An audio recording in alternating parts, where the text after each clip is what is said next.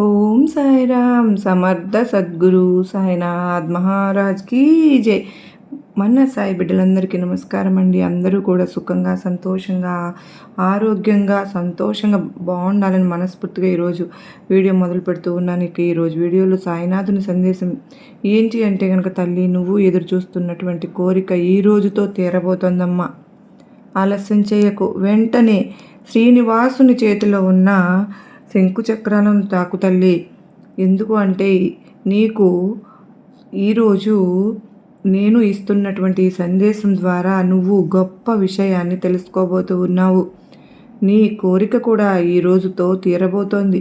నా మీద నీకు ఆ నమ్మకం ఉంది కదా, మరి నీ సాయి చెప్పినట్లు చేస్తావు కదూ బిడ్డా అంటూ సాయినాథుడు ఈరోజు మనకు ఒక కొత్త సందేశాన్ని తీసుకొచ్చారు కదండి. మరి ఈ సందేశం మనందరికీ కూడా గొప్ప ధైర్యాన్ని, నమ్మకాన్ని కలిగిస్తుంది అన్న నమ్మకంతో 100కు 1000% కనెక్ట్ అయ్యారు అంటే కనుక ఖచ్చితంగా ఈ సందేశం ద్వారా మన జీవితంలో ఎప్పటి నుంచో మనం అడుగుతున్నటువంటి కోరికను తీర్చడానికి సాయినాథుడు వచ్చేసారు. మరి మన కోరిక తీరిస్తే ఎంత సంతోషంగా ఉంటుందో మనకు తెలుసు. ఈరోజు సాయినాథుడు మన ఆనందాన్ని చూడాలని వచ్చారు. ఇంతవరకు నువ్వు పడిన బాధ చాలమ్మా అంటూ ఈ సందేశాన్ని తెచ్చారు. మరి బాబావారు ఏం చెప్పాలి అనుకుంటున్నారో ఈ వీడియో ద్వారా తెలుసుకుందామా. మరి మన సమస్యలకు ఏ దారి దొరకనప్పుడు మనం బాబావారి మీద భారం వేసి, బాబా నాకు మార్గం చూపయ్యా అని మనస్ఫూర్తిగా మనం వేడుకున్నప్పుడు సాయినాథుడు ఇలాంటి సందేశాల రూపంలో మన ముందుకు వచ్చారని మనం గ్రహించుకోవాలండి. మరి మన సాయినాథుని సందేశం వెంటనే తెలుసుకుందాం, ఆలస్యం చేయొద్దు. ఈరోజు మనస్ఫూర్తిగా ఈ శనివారం రోజు మీ కోరికలను చెప్పుకుంటూ స్వామివారి శంకుచక్రాలను తాకారు కదా. మరి ఎందుకు అంటే ఆ భగవంతుడి చేతుల్లోని ఎంతో పుణ్యం చేసుకున్న ఉంటే తప్ప మనం అది తాకలేము. సాక్షాత్తు శ్రీమన్నారాయణకి మరి మనం కాదనగలుగుతామా? తప్పకుండా తాకి వెంటనే మనం గనక మన సాయి ఏది చేసినా సరే వారి బిడ్డలు బాగుండాలనే కదండి చేస్తూ ఉంటారు. షిరిడి గ్రామంలో ఉన్నప్పుడు కూడా సాయినాథుడు ప్రజలను ఏ విధంగా ఆదుకునేవారో అందరికీ తెలుసు కదండి. సాయి సచ్చరిత్రను ఎవరైతే పారాయణం చేస్తూ ఉన్నారో వారి జీవితంలో ఎనలేని మార్పులు వస్తున్నాయి కూడా. అంత మాత్రమే కాదు, సాయి మీద పూర్తి విశ్వాసం ఉన్నవారు ప్రతినిత్యం ఉదయం లేవగానే సాయి నామస్మరణతో కాస్త విభూదిని ధరించి బాబా ఆశీస్సులు తీసుకుంటే ఆ రోజంతా మనసుకు ఎంతో ఉల్లాసంగా, ఉత్సాహంగా ఉంటుందండి. ఎందుకు అని అంటే అంతటి శక్తి మనకు సాయి అందిస్తూ ఉన్నారు కనుకనే. ప్రతి మనిషికి కావలసింది దైవ సన్మార్గం.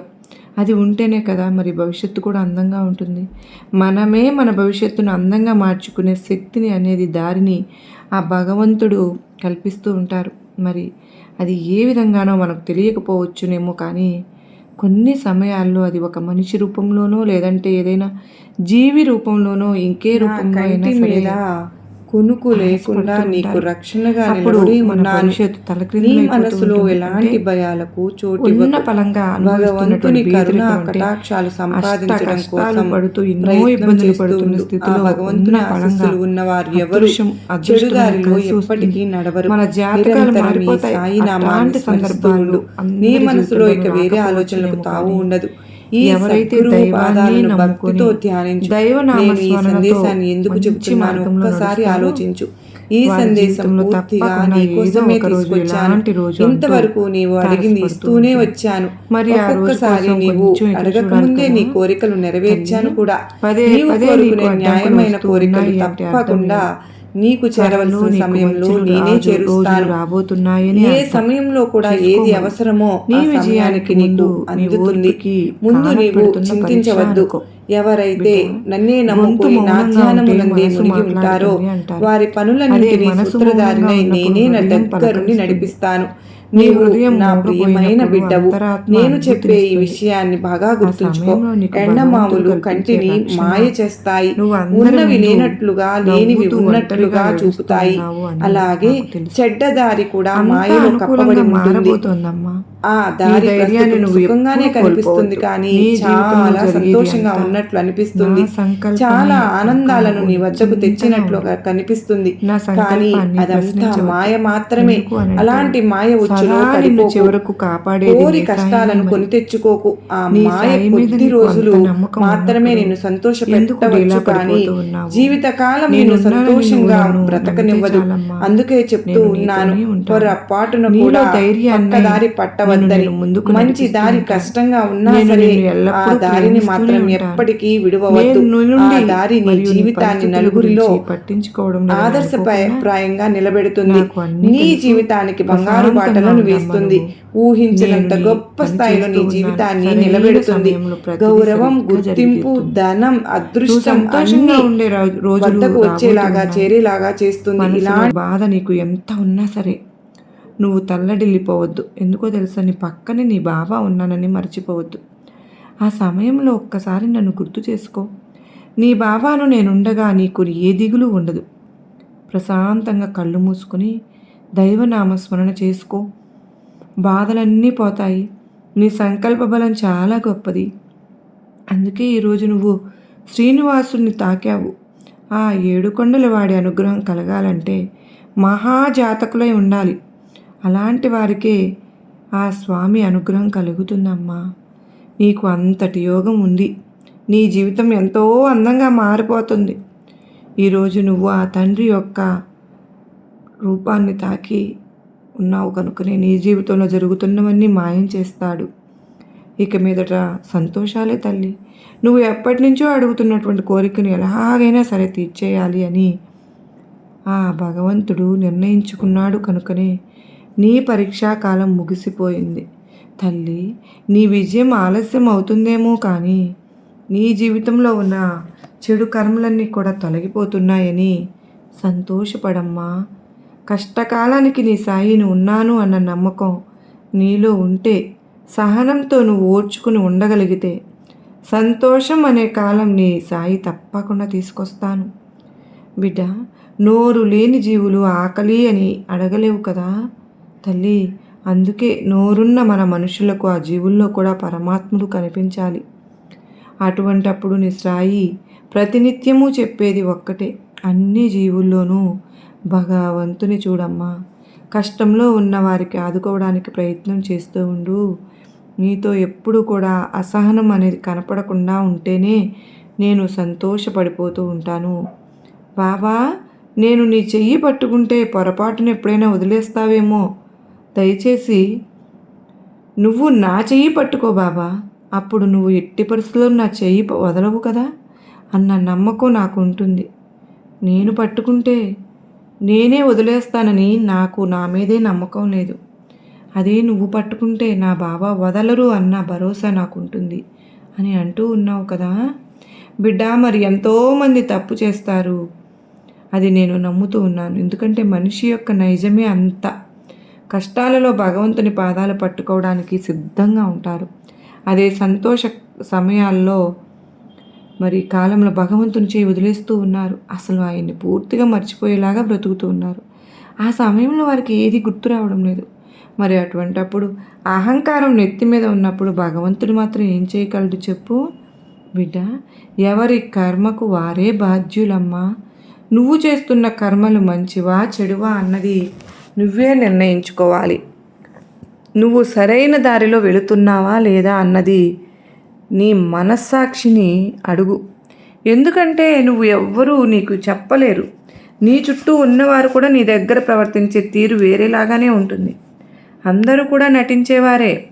కనుక నువ్వు చేస్తున్నది సరైనదా కాదా అన్నది నీ మనస్సాక్షిని అడిగితే చెబుతుంది. అప్పుడు నువ్వు సరైన మార్గంలో వెళ్ళే స్థితిని నువ్వే ఎంచుకోగలుగుతావు. నీళ్లలో నిలబడి చేతులు పట్టుకున్న జాలరి చేపలు పట్టుకుంటూ ఉంటాడు. కాళ్ళ దగ్గర ఉన్న చేపలు ఎలాగైతే వలలో చిక్కుకోవు, అలాగే భగవంతుని పాదాలను ఆశ్రయించిన వారు మాత్రం మాయ యొక్క వలలో చిక్కుపడరు. ఎందుకంటే మాయ అన్నది మనిషికి ఒక్కసారి కమ్ముకుంటే అది అంత తొందరగా వదిలి వెళ్ళదమ్మా. కనుకనే అలాంటి మాయలో నువ్వు ఎప్పుడూ ఉండకూడదు అన్నదే నా అభిప్రాయం. బిడ్డ, నా కోసం అన్వేషిస్తూ ఎక్కడెక్కడికో వెళ్తూ ఉన్నావు. అలా పోనవసరం లేదమ్మా. నీలో సకల జీవులలో ఉండే చైతన్యమే నేను అని నువ్వు గుర్తుపెట్టుకుంటే చాలు. తెలుసుకోగలిగితే నీలోనే నన్ను దర్శించుకుంటావు. షిరిడీ దాకా నువ్వు నా దగ్గరకు రావాల్సిన పని లేదు. నీ సాయి నువ్వు ఎక్కడ పిలిస్తే అక్కడ కనిపిస్తాను, ప్రత్యక్షమవుతాను. సాయి నామమే ఈ విశ్వంలో దివ్య నామం. సా అంటే సంసార సాగరాన్ని అవలీలగా దాటించే సాధనం. అమ్మా, ఈ అంటే ఏంటో తెలుసా? ఎలపైన జన్మరాహిత్యాన్ని ప్రసాదించే దివ్య ఔషధం. ఇంతటి సాయినామంలో సర్వశక్తులు ఇమిడి ఉన్నాయి. నువ్వు ఈ సాయినామాన్ని ఎప్పటికీ మరవకు. ప్రతినిత్యము నామస్మరణ చేస్తూ ఉండు. నిరంతరం నువ్వు మంచి మార్గంలో నడుస్తూ మంచి భవిష్యత్తును తీసుకోవాలని పట్టుదలతో నువ్వు ముందుకు వెళితే నీతో ఉన్నవాళ్ళు, నీ చుట్టూ ఉన్నవాళ్ళు నీలాగే ఆలోచిస్తూ అందరూ ఆనందంగా ఉండేలాగా నువ్వు ఒక మంచి స్థాయిలో నిలబడగలుగుతావు. భగవంతుని అర్థించాలి, పర్వాలేదు, ఇవ్వలేదని నిందించకూడదమ్మా. భగవంతుడు మనకు కావలసిన ప్రతిదీ ఇవ్వకపోవచ్చు, కానీ మనకు అవసరమైనది ప్రతిదీ కూడా తీరతాడు. మనం కోరుకునే వస్తువు వలన కలిగే దుష్పరిణామాలు మనకు తెలియకపోవచ్చునేమో, కానీ భగవంతుడికి మాత్రం తప్పకుండా తెలుస్తాయి. మనం అడిగినవన్నీ ఆ మనసులో ఆ సమయంలో జరగడం లేదని మనకు భగవంతుని పైన ఎందుకు నిందించాలి చెప్పు? అది కూడా మన మంచికే అని ఎందుకు అనుకోలేదు? మనం అనుకోవాలి, ధనాన్ని చూసి దరిచేరే బంధువులు, అందాన్ని చూసి కలిగే ప్రేమ, అవసరం కోసం కలుపుకునే స్నేహం ఎప్పటికీ శాశ్వతం కాదు. మనం అనుకున్నది మనం సంతృప్తిగా, ఆనందంగా, సంతోషంగా బ్రతికితే లేనిది కూడా భగవంతుడు తప్పకుండా అందిస్తాడు. సమయం కోసం నువ్వు ఎదురు చూడాలి అంతే.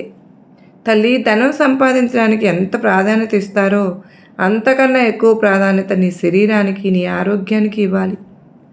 నువ్వు ఆరోగ్యంగా ఉన్నప్పుడే నీ కుటుంబం కూడా సంతోషంగా ఉంటుంది. భగవంతుడు తనను నిజంగా నమ్మిన భక్తులకు అడిగిన వెంటనే అడిగినవన్నీ ఇవ్వకపోవచ్చు, కానీ అవసరమైన సమయానికి మాత్రం తప్పకుండా ఇస్తారుగా. ఇది మాత్రం సత్యం. ఎటువంటి కీడైనా సరే తొలగిపోతుంది. కాస్త నీకున్న అహంకారాన్ని తగ్గించుకో. పెద్దలు చెప్పినట్లు నడుచుకోవడం మంచిది. ఆకలితో ఉన్నవారు ఎవరైనా సరే ఎదురుపడితే మాత్రం వారికి కాస్త భోజనం వడ్డించు. అంతా మేలే జరుగుతుంది. ఎక్కడ నువ్వు నీ గౌరవాన్ని కోల్పోయావో, ఎక్కడ నువ్వు బాధపడ్డావో, ఎవరైతే నిన్ను వేధించబడ్డారో, ఎవరి చేత ఎక్కడైతే నువ్వు పడిపోయి లేచావో, తిరిగి అక్కడి నిన్ను 100 రెట్ల బలంగా కాలం నిన్ను నిలబెడుతుందని గుర్తుపెట్టుకో. కావలసింది బలమైన సంకల్పం. ఎందుకంటే ఆ కాలమే నిన్ను నీ సాయిని అనుగ్రహం వల్ల నడుస్తుందని నువ్వు గుర్తుపెట్టుకోవాలి. కనుక ఒకవేళ నీకు ఇప్పటి నుంచి మంచి జరగడం లేదని నువ్వు అనుకుంటూ ఉండవచ్చు. ఆ భగవంతుని అనుగ్రహం, ఆ భగవంతుడు పెట్టిన పరీక్ష ఏమో, అందులో నుండి నువ్వు నేర్చుకోవాల్సిందని ఏదైనా ఉందేమో. ఎప్పుడైనా చెడులో కూడా మంచి ఏమైనా ఉంది అని ఆలోచిస్తూ సమాధానం తప్పకుండా దొరుకుతుంది. మన బాధలు దైవం పెట్టే పరీక్షలు అనుకోమా. తమకు వచ్చే సమస్యలు సాధనలో భాగంగా గుర్తుపెట్టుకోవాలి. సాయినాథునిపై అచంచలమైనటువంటి భక్తి విశ్వాసములను కలిగి ఉంటే సాయినాథుడు మనకు మార్గమును అనుసరించిన వారి జీవితం ధన్యమైపోతుంది. వారి జీవితం 3 పువ్వులు 6 కాయలుగా బాబావారే నడిపిస్తారు, మార్గనిర్దేశనం చేస్తారు. నువ్వు నీ సాయిని గురువుగా భావించావు, తండ్రిగా భావించావు. అందరి రూపాలలోనూ కూడా నన్నే కదా చూస్తావు. మరి అంత నమ్మకం ఉన్నదానివి ఒక్కొక్కసారి ఎందుకమ్మా నువ్వు నీ గమ్యాన్ని, నీ సంకల్పాన్ని మర్చిపోతూ ఉన్నావు? ఏదో తెలియని శక్తి లేని దానిలాగా ఆలోచిస్తూ కుమిలిపోతూ మదన పడిపోతూ ఉంటున్నావు. దుఃఖాలు అనేవి మనసుకు కలిగిన మార్పులమ్మా. సత్సంగంలో ఎలాంటి మార్పులు ఏమీ ఉండవు. దానివల్ల సత్సంగాలు ఇప్పుడు మనసును చైతన్యంలో లీనం చేసే సుఖ దుఃఖాలకు చోటు లేకుండా చేస్తాయి. కాబట్టి నీ బాధలను మరిచిపో. వాటిని ఎప్పటికీ నువ్వు గుండెల్లో పెట్టుకుని బాధపడుతూ ఉంటే నిన్ను అంతవరకు బాధ పెడుతూనే ఉంటాయి. కడుపు కట్టుకుని సంపాదించావు, రేపు నీ బిడ్డలకు అదే మంచి అవుతుంది. అంతే మాత్రమే కాదు, వేరే వాళ్ళ కడుపు కొట్టి సంపాదించిన వారికి ఆ పాపమే వారి బిడ్డలకు కూడా చుట్టుకుంటుంది. నిద్ర లేని రాత్రులు గడపనే వద్దు. నన్ను స్మరిస్తూ పడుకుంటావుగా, అంతా బాగానే ఉంటుంది. నాపై నమ్మకం ఉంచు. నన్ను ఎంత నమ్మితే నేను నిన్ను అంత హృదయపూర్వకంగా రక్షిస్తూ ఉంటాను. ఈ జీవితం ఏమీ పూలపాన్పు కాదు. కష్టసుఖాలు వస్తూ ఉంటాయి, పోతూ ఉంటాయి.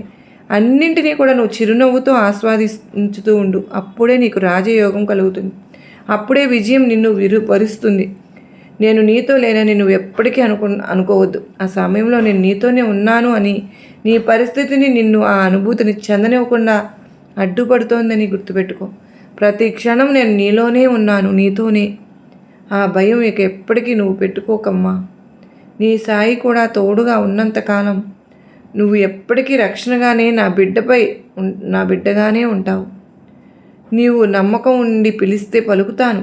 ఆరతితో అడిగితే అడిగినవన్నీ ఇస్తాను. నీ కోసం నువ్వు కోరితే ఎప్పటికీ నీ గుండెల్లోనే ఉంటాను. ఆకలి తీర్చడంలో తల్లికి ఎంత సంతోషం ఉంటుందో, భక్తుల బాధలు తీర్చడంలో ఈ బాబాకు అంతే సంతోషం కలుగుతూ ఉంటుంది. కొన్నిసార్లు కొంతమంది విషయంలో కొంత ఆలస్యం వచ్చునేమో, కానీ నమ్మిన వారికి సాయి తప్పకుండా రక్షిస్తాను. ఆ నమ్మకం నీలో ఉన్నంత వరకు నిన్ను ఎవ్వరూ ఆపలేరు. నువ్వు ముందుకు సాగిపోతూ ఉండు. ఈరోజు నా మీద నీకు నమ్మకంతో నీ సాయి చెప్పినట్లుగా శ్రీనివాసుడిని తాకావు.